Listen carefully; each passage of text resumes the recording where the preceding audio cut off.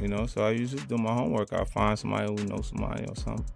They could give me some information, like, who is it? Like, who is he? And, you know, Frenchie, they got me the tape. They got me the tape of his mother's house, where his mom's work at. You know what I'm saying? The other cribs, the studios, stuff like that. That's the Cali tape. Right. Okay. I had all of it.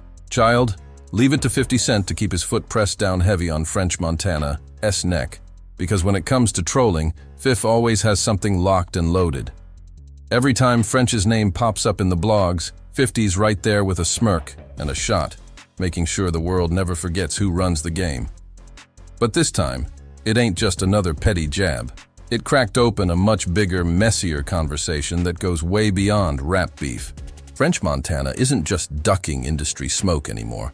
Whispers say he might be stepping straight into something even more dangerous, the glittering but suffocating grip of Dubai royalty. So this is the daughter of the ruler of Dubai, and apparently she uses controversial rule on social media. On paper, the headlines look like a fantasy flex. French Montana engaged to a Dubai princess worth a staggering $18 billion. To the casual fan, it screams glow up. French trading street hustle for international royalty status. It paints him as a man who went from coke boys to global kingpin overnight, but peel back that gold-plated surface and the shine starts looking suspicious. Street talk claims this move is less about romance and more about raw survival. With Diddy still swirling in the middle of federal fire and rumors that the feds are quietly building files on anyone connected to those infamous bad boy freak-offs, people are saying French's so-called fairy tale escape is really just a cover. The word is, he ain't running toward love, he's running away from heat. And if that's true, he might be trading one kind of cage for another, this time lined with diamonds but locked just the same. French allegedly needed a plan B, and Dubai just happened to look like a golden escape route. But here's the gag. Paradise comes with shadows just as dark as the desert nights. Anybody who really knows Dubai's underbelly will tell you. Yes, the skyscrapers sparkle like diamonds, the supercars are dripping with jewels, and the cash seems endless. But behind those glossy headlines lies a world that makes even Hollywood's dirtiest scandals look like Disney Channel reruns. For years, whispers have swirled about certain royals and their appetites so outrageous that people can barely repeat them out loud. Allegations about princes collecting pretty boys, Western celebrities being flown out for secret parties, and behaviors too wild to even print. They didn't just pop up yesterday, they've been floating through the gossip circuit for decades. So when people see French, a man who's made a career out of chasing bags, wild parties, and attaching himself to powerful men with deep pockets, suddenly locking arms with a princess tied to a $7 billion safety net, the math starts adding up a little too conveniently. Colin comes out, like we said, and now you have real deals on the table. And out of all those, you go with Diddy. That's not how it really went. Was it Diddy? Was it Bad Boy MMG? Yeah, I went to go see Ross. And Ross was like, I got an opportunity for you. I don't have the money for you, but I got the opportunity. I guess because the same thing Meek did, the same thing Wale did. I guess whatever the way the situation, his label was, he wasn't trying to give me the money I wanted, and I wanted like a whole bunch of money. But he was like, look, let's do it like this. Let's call Puff. And let's get him to give you the bag. You can still be MMG / you know what I'm saying? Bad Boy, Coke Boys, yep. Right. How much money did you get? $2 million. This ain't tea about whether French could love her. It is about whether survival is the real motivation. With Diddy still burning under federal heat, folks believe French needed protection and fast, and Dubai's glitter offered the perfect shield. And that ISY 50 Cent IS shade cuts so deep, because when he clowns French for being bought, it ain't just about some flashy engagement ring. The perception is French didn't just find a bride, he traded one master for another, swapping bad boy chaos for royal control. French ran from Diddy's storm, only to find himself in a whole new thundercloud, one where the rules might be even harsher. He thought Dubai was an escape hatch. But what if it's just another room in the same twisted mansion? Hi, guys. Hi.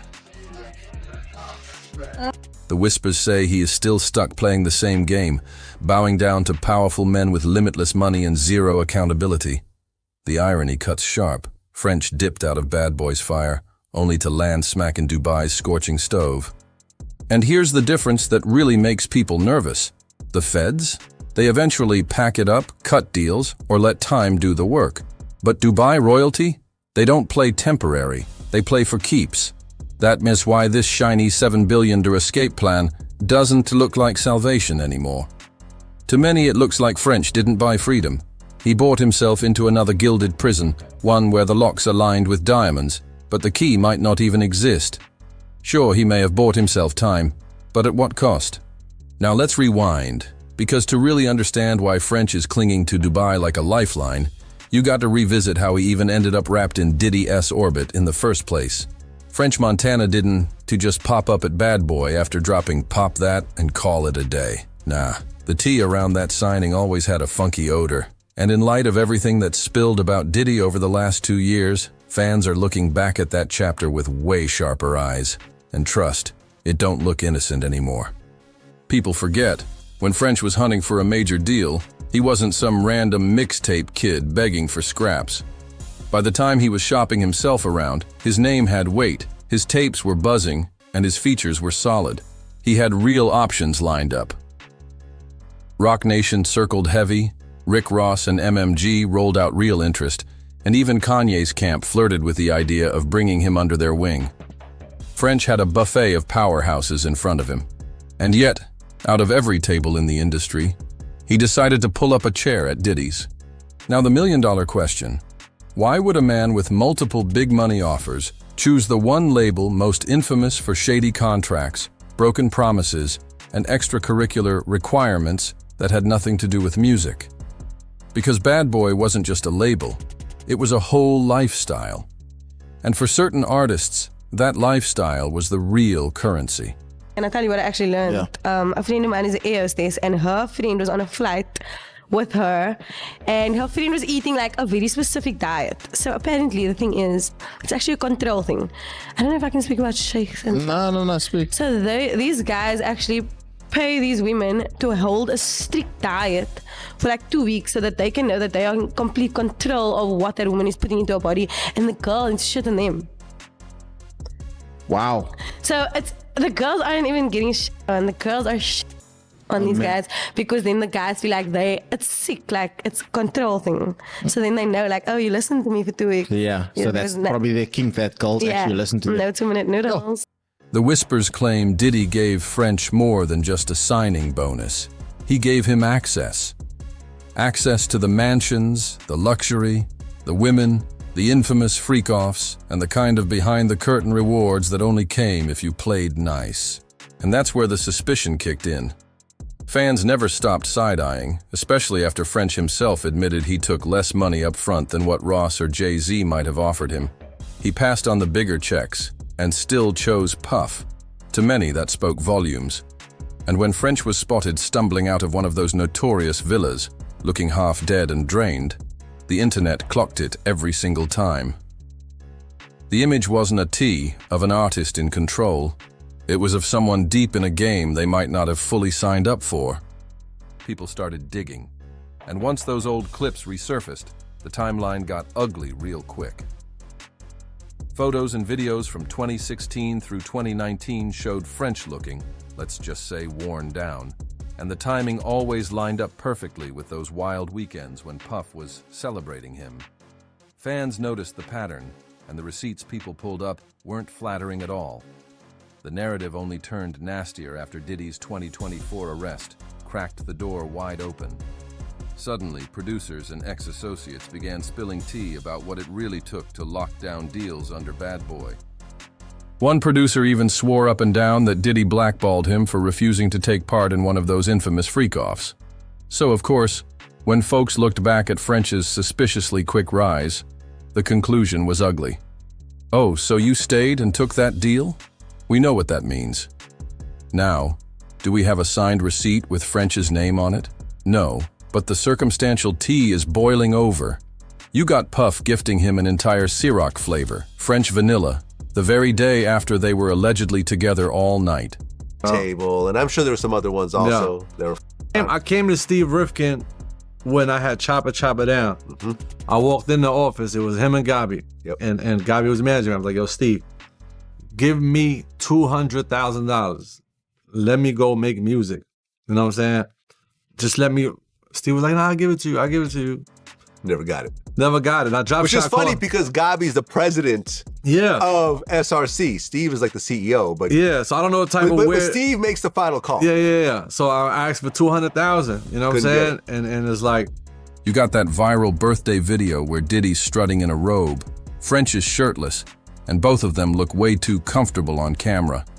And you got French himself admitting he wanted the big bag, and Puff was the only one willing to hand it over by bending the industry to make it happen. To fans, the message was clear. It wasn't just music, it was about what you were willing to give in return. On the surface, it looked like just another label signing, but to the streets, it looked deeper. It looked like a man willing to pay a personal price in exchange for career elevation. And that's exactly why so many people now believe French is simply playing the same game in Dubai. Once you prove you'll trade dignity for opportunity, folks assume you'll do it again, just with a bigger bag and a different master calling the shots. Now here's where the rabbit hole twists even darker. Mid-2024, French Montana shows up at Paris Fashion Week. And it wasn't just about the designer fits or flexing a new look. The whispers say he was allegedly showing off a fiancé, and not just any fiancé. This was Chiara, a princess connected to one of Dubai's ruling families. Baby, let's be clear, that's not a regular Bronx love story. That's a chess move dressed up as romance. And the timing? It couldn't have been more suspicious. Around this exact same moment, the feds were quietly building a mountain of evidence on Diddy. Freak-off tapes, whispers of trafficking, money laundering angles. And anyone even remotely tied to Diddy's circle suddenly became radioactive. Artists, assistants, producers, and even random friends were getting subpoenaed, grilled, and dragged into the storm. French, who was once seen partying in the center of it all, suddenly pops up arm in arm with royalty. To a lot of people, that looked less like a love story and more like a man making the ultimate survival move, locking himself into a palace so the feds couldn't touch him.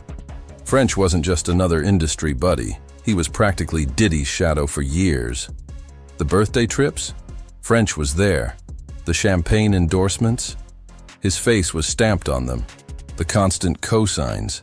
Puff made sure French stayed in the spotlight. If prosecutors really wanted to build an airtight case, French Montana's name was almost guaranteed to pop up on somebody's list. And that's where the panic sets in. So what does French do? He doesn't just take a little vacation or lay low in Miami. Nah, he jumps ship completely and ties himself to one of the wealthiest families in the entire Middle East. According to reports, the Sheikh's family fortune sits north of $18 billion. That's not rap money. That's not sneaker deal money. That's oil money. That is money so old and so heavy that when you say $7 billion fortune, they don't even blink. And here's the kicker. When you marry into a dynasty like that, you're not just gaining a bag, you're buying yourself protection. You're securing residency in a region where outside investigators don't get to come snooping, where outsiders digging into family business isn't just frowned on, it's shut down instantly. That is why the streets are saying French ain't moving in love. He is moving in survival mode. They point to how fast the engagement happened, how perfectly it lined up with the federal heat back in the States, and how suddenly French spends more time roaming through Dubai than walking the streets of New York or LA. To his fans, it looks like a whirlwind fairy tale romance, but to his critics, it looks like an escape plan dressed up in Cartier, silk wedding vows, and a palace-sized safety net. And let's not forget the optics, because every time French posts up with his princess, he looks cleaner, sharper, like he's gone through some kind of rebirth. The fits are crisp, the jewels are louder, and the glow-up screams, "New chapter." But scroll through the comments and the mess never sleeps. People type it plain. Boy, you traded in Diddy for Dubai. Others cut even harsher. Better hope them sheikhs don't treat you the same way Puff did. And that's the gag. French thinks he leveled up by running overseas, But those who know how Middle Eastern royals flex their power warn the same thing. Sometimes you don't escape a fire. You just walk into a bigger, hotter one. Here's the part French probably doesn't want to face. Running from Uncle Sam to the UAE doesn't automatically mean freedom. It might mean he just signed himself into a whole new kind of contract. One where the ink ain't a T on paper, but in power dynamics you can to break out of. Because Dubai's reputation is all Lambos, glittering skyscrapers and pet tigers riding shotgun on yachts. But the whispers behind the scenes have been ugly for years. Influencers gush when they first land, wide-eyed and drunk on the tax-free glam. But then they sneak back home, whispering horror stories about palace parties where outsiders weren't treated like VIPs. They were treated like props. And not just women, the rumors say men too. Allegedly, some royals don't even see outsiders as people but as entertainment, toys, something to be used and discarded once the night ends. And if that's the cage French willingly walked into, then the question isn't to whether he escaped bad boy. It's to guess whether he just upgraded to a prison made of gold. See, the reality is brutal. They don't see outsiders as equals. They see them as playthings. And when you step into that world broke compared to their billions, you don't set the rules, they do. Now picture French Montana standing next to Sheikh Amara's family, whose fortune is estimated at $18 billion. Let's keep it real. French ain't rich in that room. He's ornamental, a shiny foreign accessory, a familiar face to bring clout and attention, but not powerful enough to push back if the family ever decides he's disposable. And that's the unsettling truth. French might look like a king to his fans, but in that palace, he's just another imported jewel in the collection. Folks online are already saying it outright. This move looks less like escaping Diddy and more like upgrading to new handlers. Instead of freak-offs in Miami, now it's private villas in Dubai. Instead of a Harlem party scene, it's royalty controlling every angle. And the kicker? The family French just tied himself to is no stranger to messy headlines or global scrutiny. Remember Sheikh Amara's viral Instagram divorce back in 2024? She shocked the world by dumping her husband with 3 ice-cold words. "I divorce you." That kind of public defiance is almost unheard of in royal circles. Admirable to some, but also proof of just how chaotic royal life can get behind closed doors. And if that wasn't enough, add in her relatives, like Princess Latifah's failed escape attempt, a story that made international headlines and painted a dark picture of what life inside those gilded walls can really mean. French may think he is securing love and luxury, but the history says he might have just walked into a storm even bigger than the one he left behind. Princesses allegedly abducted, stories that critics say were backed by their own father, the autocrat and absolute ruler of Dubai. And guess what? That man now sits in the family tree as French Montana's brand new father-in-law. Suddenly, the glossy sheen of this fairy tale engagement starts to crack wide open. Because when power that heavy decides to move against you, freedom isn't guaranteed. It's a privilege that can be yanked away in a heartbeat. That's exactly why the internet clowns call this French-esque $7 billion escape plan. On paper, it looks genius. Marry into obscene wealth, lock down permanent residency, and tuck yourself under a royal shield if the feds ever come knocking. Strategically, brilliant. Socially, baby, it's déjà vu. For years, people dragged French as Diddy's boy toy. The shirtless birthday serenades, the awkward dinners, the Chirac French vanilla rollout. Now the gossip mill is spinning again, only louder, saying he didn't trade puff for peace. He swapped one sugar daddy for an entire dynasty of potential sucrose. And here's where the irony bites the hardest. Hip-hop sold us French as the underdog hustler, the Moroccan kid with Bronx grit, the Coke Boys flag waving, the scrappy survivor who clawed his way up. But Dubai, royalty, they don't play like bad boy records. You don't outshine them, you don't embarrass them, and you definitely don't outlive your usefulness. If even a kernel of those whispers about palace life is true, then French didn't escape a velvet leash. He just snapped it off his neck to strap on a golden cage. So sure, he might have left the boiling pot back in the States. But in Dubai? Oh baby, he might be sitting dead center on the stove, with the fire turned up higher than ever. Now here's the gag. In all this chaos, the loudest voice dragging French isn't some blog, it's 50 Cent. Sit with that for a second. What if 50 ain't just clowning for the timeline? What if deep down he's really trying to warn him? Because anyone who follows Fifth knows his style. He got that big brother energy. He'll roast you until you're red in the face, call you broke, washed, or a ditty left over. But beneath the jokes, sometimes there's a warning tucked between the jabs. And let's be real, 50 has been shading French for years, but maybe this time it ain't just about jokes. Maybe he sees the setup before French does. Maybe he recognizes the velvet cage disguised as luxury, the kind of trap that doesn't rattle chains but smells like them all the same. Dubai palaces might not look like prisons, but once you're locked in, the gates don't always swing both ways. But flip the lens. What if this ain't a trap to French at all? From the outside, we look at him and say, "Damn, bro, you sold your soul for protection." But maybe, just maybe, this is exactly what he wanted. Some folks chase freedom, others chase comfort. And French? He might not see himself as trapped. He might see himself as chosen. The Bronx kid who hustled mixtapes in corner stores now riding in Bentleys with royal security at his beck and call. We might call it hell, but to him, it could feel like heaven, with AC, endless champagne, and a driver waiting at the door 24/7.